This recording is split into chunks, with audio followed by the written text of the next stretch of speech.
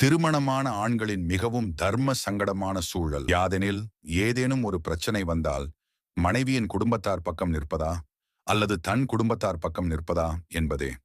அப்படி ஒரு சூழ்நிலை மகாபாரதத்தில் கிருஷ்ண பகவானுக்கே ஏற்பட்டது. மகாபாரத போரில் பங்கேற்காமல் நடுநிலை வகித்தவர்கள் பலராமன், விதுரன் மற்றும் கிருஷ்ணனின் மைத்துனனான விதர்ப நாட்டு அரசன் ருக்மி ஆகிய மூவர் மட்டுமே. கிருஷ்ணர் சார்ந்த யாதவ குலத்தை எப்போதும் வெறுக்கும் ருக்மி மன்னன் மகாபாரத போருக்கு பின்னர் யாதவர்களை பழிவாங்கும் எண்ணத்துடனே இருந்தார். இதனால் கலிங்க நாட்டு மன்னனுடன் சேர்ந்து கொண்டு கிருஷ்ணரின் பேத்தி ரோசனாவின் திருமண நிகழ்வில் பலராமனை பகடை ஆட்டத்திற்கு அழைக்கிறார். ருக்மியுடன் பகடை ஆடும் பலராமன் முதல் 3 ஆட்டங்களில் தோற்றுப்போகிறார். இதனால் கலிங்க நாட்டு மன்னனும் ருக்மியும் பலராமனை ஏளனம் செய்தனர். கோபமடைந்த பலராமன் லட்சக்கணக்கான பொற்காசுகளை பந்தயம் வைத்து விளையாடி அதில் வெற்றியும் பெறுகிறார். ஆனால் அவரது வெற்றியை ஏற்றுக்கொள்ளாத ருக்மி பலராமன் தோற்றதாகவே கூறுகிறார்.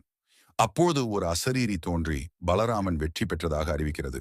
இதை ஏற்க மறுத்த ருக்மி, மாடு மேய்ப்பவர்களுக்கு பகடை ஆட்டம் பற்றி என்ன தெரியும்? இது சத்திரியர்களுக்கான ஆட்டம் என்று பலராமனை கடுமையாக விமர்சிக்கிறார். இதனால் கோபத்தின் உச்சிக்கு சென்ற பலராமன் கதாயுதத்தால் ருக்மியின மண்டையை பிளந்து அதே இடத்தில் கொன்றுவிடுகிறார்.